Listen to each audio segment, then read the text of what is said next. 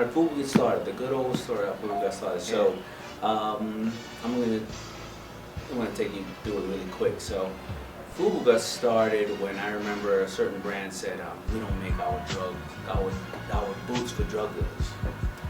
And I wasn't a drug dealer. I was a waiter at Red Lobster, and I started to say, well, when is any brand or company going to really respect where they make their money from?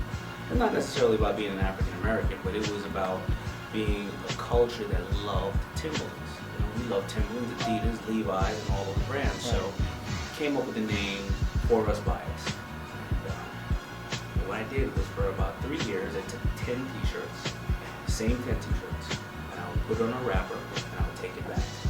I'll put it on another wrapper, and I'd take it back. Put it on another wrapper. The only rapper that didn't give it back was ODB.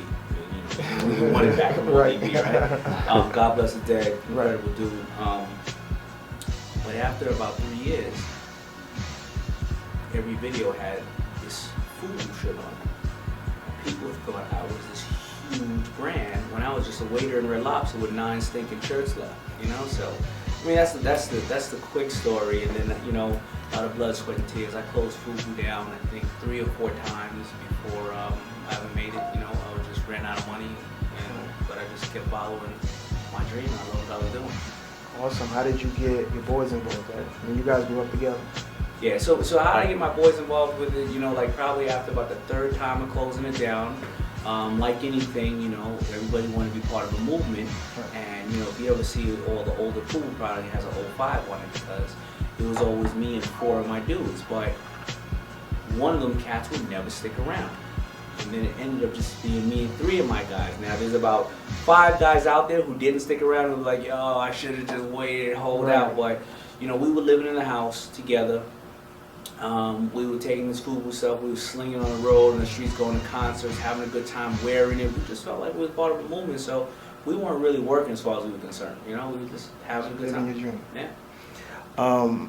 How did you guys get the hip hop endorsement? You said that you was giving it to rappers. How did it get to that point? And then also, how did it get to the point where it got large? Well, we got the mark from hip hop because we were raised in Hollis, Queens, and Russell Simmons used to obviously drive by there every day, and he was putting on Salt and Pepper, and he was putting on LL, Beastie Boys, whatever. And we started going on tour with LL, and we were like roadies on the tour. You didn't have to tell me that I can go on a tour to see these guys that I admired and just have a great time. So, and I could put something on them. Right. So we were just on there, just hanging out, doing that, and we started to know everybody. And at that time, we're at a time now where you have all these guys becoming millionaires and whatever because rap is this. At that time, nobody respected the rappers outside of the fans. So companies would come down there and give them some product and go, I don't care what your name is, just wear it. And these artists, they didn't feel like that. They had their own hood money at the time. I mean, maybe some of them was almost millionaires, but they didn't want to get talked to like that. Right. I'm coming by as a fan. I'm like, yo, man, can you please rock this? And they supported me. L said to me, I'm going to invest in you. I'm going to wear this. And that's how it goes. And everything in this world, every brand starts off as a spark, as a movement. And then, and that's what we took advantage of and living the dream with it. Now Fubu is established. You guys are doing your thing. I even bought Fubu. Right. And I remember at the time I bought a jersey, it was like $50. Mm-hmm. Black and silver Fubu. Right. When did you decide that I gotta get off this train as far as the day-to-day hustle of Fubu, and you sold it? But that's a bit of misconception. We never sold Fubu. Oh, okay. Still own it. And you gotta understand why that's a misconception. Okay. Because, nobody could ever say that Fubu is whack. Nobody ever could say that these cats ain't designed it. Nobody could ever say that. All they can say is, they sold it, don't buy it. But we didn't mind them doing that because people are gonna start rumors and do whatever the case is. So I'm a person who's been very blessed in my life to have fashion around me, whether it's this brand or any of my brands that I have. We never get up the day they grind.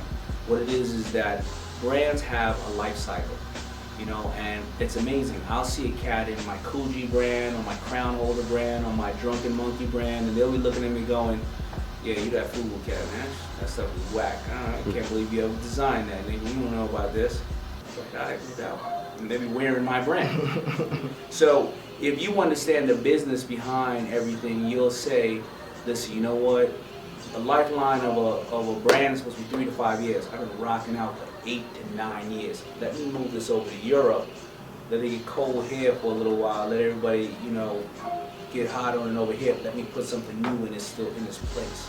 So it's all strategy on how you put it together and make people, basically it's wagging the dog. You know, you make people think that they're smarter than you, and it's okay. You know, and you have your right to not want it anymore. If you have 5, 10 years of food in your closet, y'all want something new. Right. You know, and I don't want to make it anymore for you either, because I want a new customer. Right.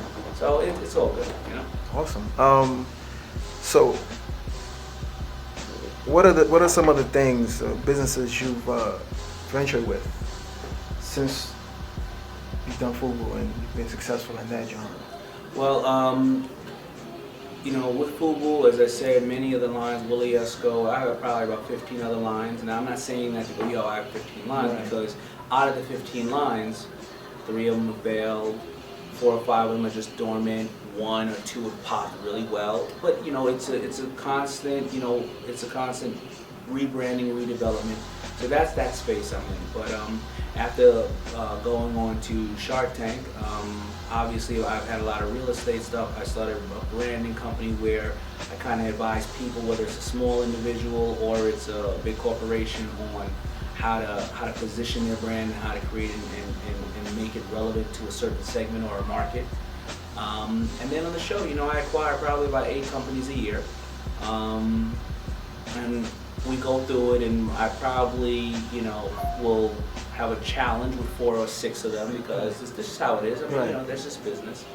So I'm into the tech space now. I'm into apparel. I'm into what other companies?